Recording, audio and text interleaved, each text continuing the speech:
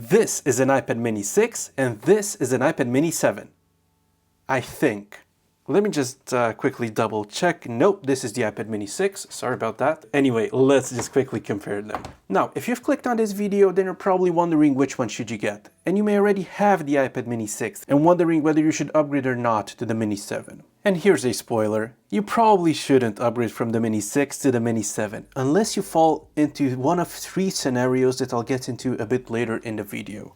And you may also be wondering, why the iPad mini at all? Well, I already have the latest iPad Pro, as you can just see right here, and this device is fantastic, but I keep coming back to the mini every single day. I just love how small and portable it is. But first, let's see what differences there are between these two devices, because at a glance, they look practically identical. There are, however, 2 very minor details that can help you tell them apart. The first difference is that on the new one, it actually says iPad mini, as opposed to the old one where it just said iPad. And yeah, given that these two are in the exact same color, which is Starlight, they really look identical otherwise. And the second one is the patch, where the Apple Pencil sticks wirelessly. It is a bit thinner on the new one to accommodate the brand new Apple Pencil Pro, which I have right here, which, as you can tell, sticks perfectly on the new iPad. But on the older iPad, it doesn't really. Well, it sticks, but it's not gonna pair, it's not gonna work. So yeah, but other than that, these two devices are literally the same, and that includes the screen. They have the same Retina display at 2266 by 1488 at 500 nits, and of course at 60 Hz. And the jelly effect has been partially fixed on the newer iPad 7. So what do I mean by the jelly effect? Well, let me just quickly show you. I'll add some slow-mo footage to help showcase this better. And if you're wondering what I'm talking about, well, when scrolling vertically, one side refreshes slightly faster than the other, making the text look like it's bending. It's not fully fixed, and if you're paying attention, you can probably still notice it. It's much better than on the Mini 6, but most people will probably never notice this. So what else?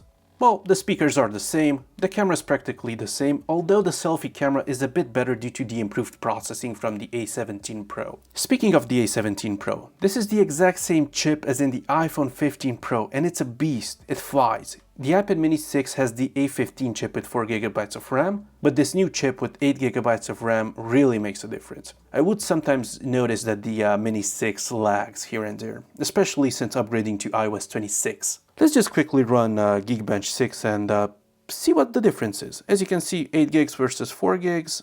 And let's just quickly start the benchmark and I'll be right back. So we're back, the results are in, and yeah, as you can tell, the newer iPad mini 7 is faster. But it's not that much faster. It's faster by like 30% in single core and multi-core, which yes, it is noticeable, but only if you have them side by side. Trust me, the mini 6 is still more than fast enough. It'll last you for another 3 to 4 years easily. Actually, let me just do a quick speed test in real life using real apps and we'll see how much faster it really is. So let's open Safari. Yep, a bit faster on the A17 Pro. Let's go to Mac Rumors. Yeah, a bit faster on the A17 Pro. Let's go to Apple.com. Basically identical. Let's try email. Yeah, again, a bit faster on the A17 Pro. Settings, a bit faster. Clock, a bit faster on the A17 Pro. Let's try the camera. I did click those at the same time, I think, but yeah, it did open up a bit faster on the A17 Pro. So yes, there is a small difference, but again, only if you have these side by side. If you don't, you'll probably never notice that, yeah, this is much faster. So what else is different?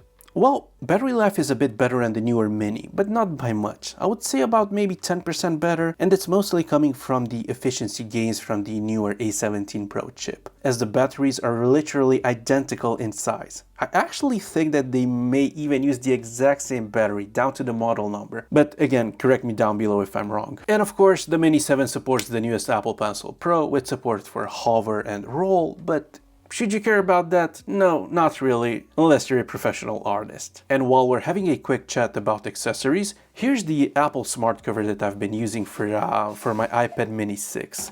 And guess what? It perfectly fits the iPad mini 7. Just like that.